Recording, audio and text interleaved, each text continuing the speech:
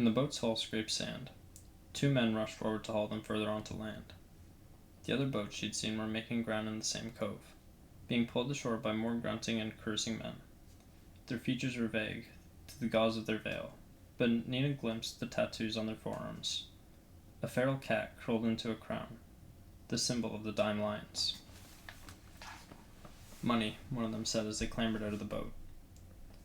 Kaz handed over a stack of huge kruga, and once it was counted, the Dime Lion waved them off. They followed a row of torches up an uneven path to the leeward side of the prison.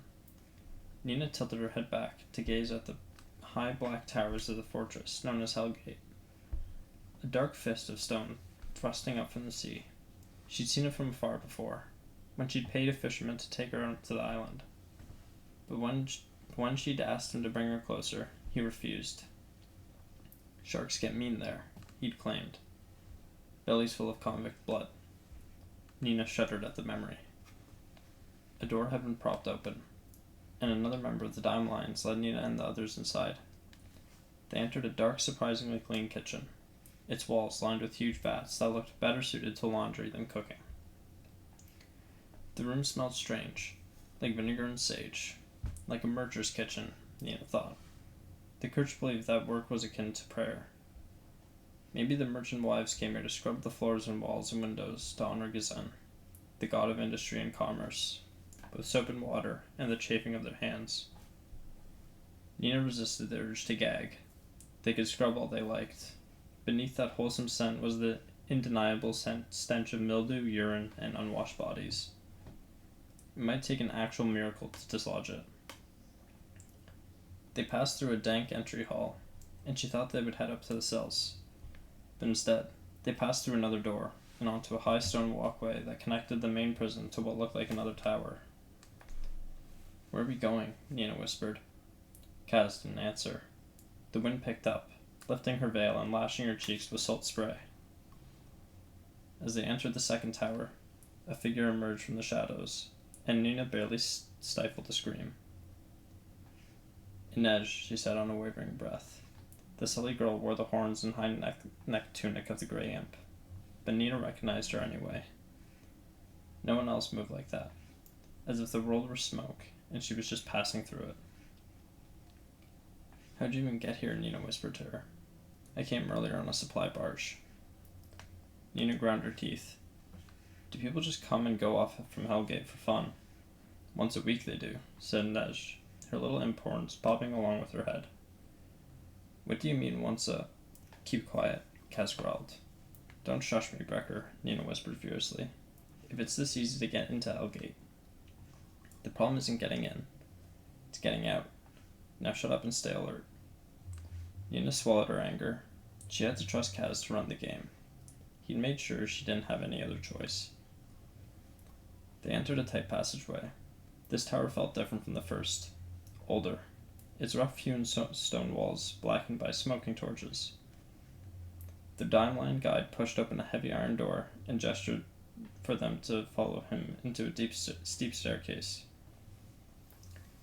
Here, the smell of bodies and refuse was worse, trapped by the sweating moisture of salt water.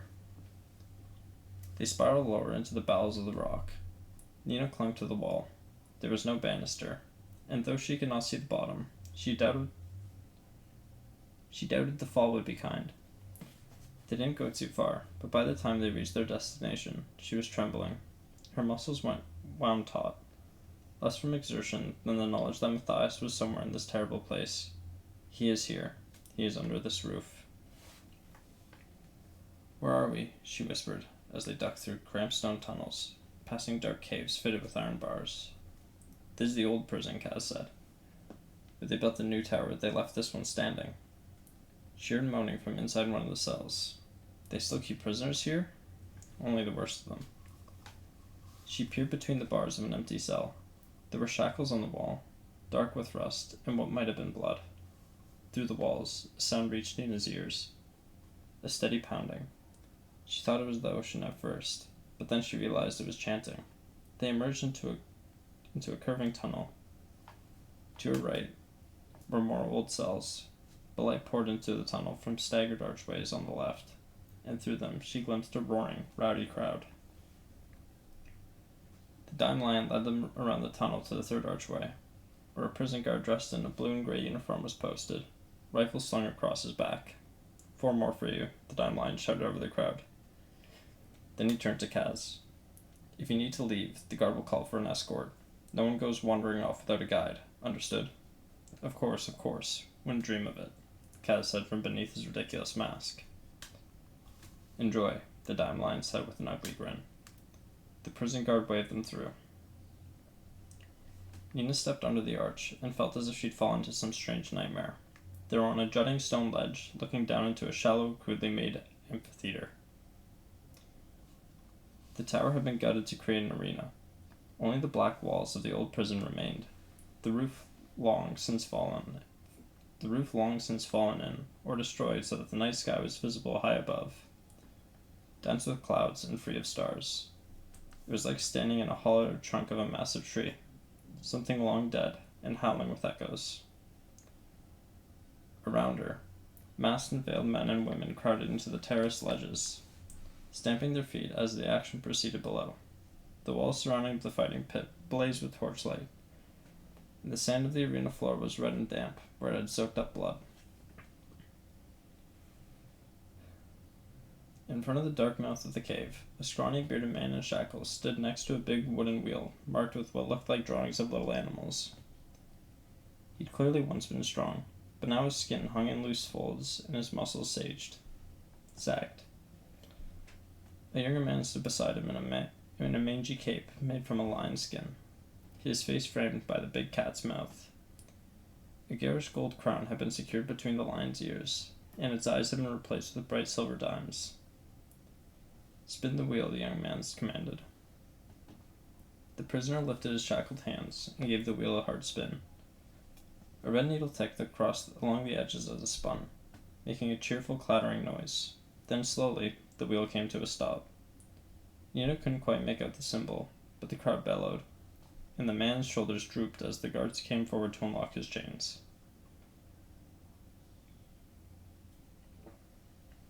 The prisoner cast them aside into the sand, and a second later, Nina heard it. A roar that carried even over the excited bang of the crowd. The man in the lion cape and the prison guards stepped hurriedly onto a roped ladder, and were lifted out of the pit to the safety of a ledge, as the prisoners seized a flimsy-looking knife from a bloody bunch of weapons lying in the sand. He backed as far away as he could from the mouth of the tunnel as he could get. Nina had never seen a creature like the one that crawled into view from the tunnel. It was some kind of reptile, its thick body covered in gray-green scales, its head wide and flat, its yellow eyes slitted.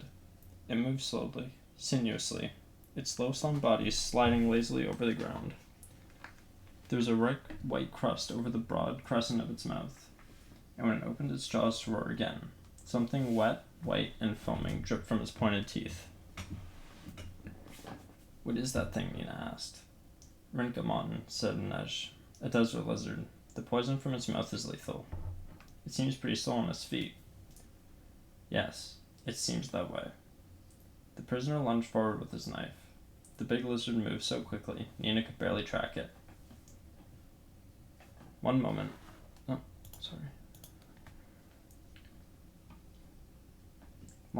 the prisoner was bearing down on it.